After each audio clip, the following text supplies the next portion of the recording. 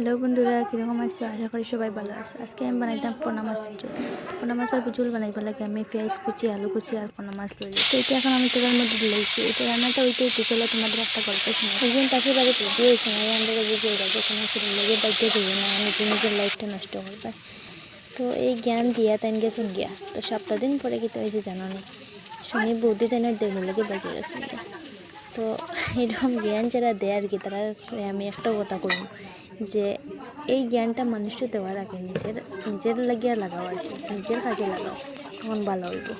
তোমরা গল্প করতে করতে আমার রান্নাটা হয়ে যায়। কেন আমি হলদি, মরিচ আর গরম মশলা একটু জল দিয়ে গুলে রাখলাম, কেন আলু ভাজা করে রাখলাম আর পোনা মাছ ভাজা করে এটা আলুটা একটু দিয়া।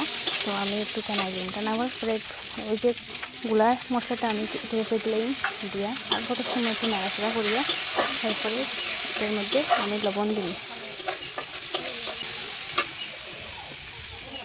লবণ দিয়ে দিলাম, লবণ দেওয়ার পরে এটা আর একটু কত সময় টানাই আর তারপরে দিলাম ঝোল দেওয়ার পরে কত সময় একটু রাখার পরে রেডি দিব আমার পোনা মাছের ঝোল।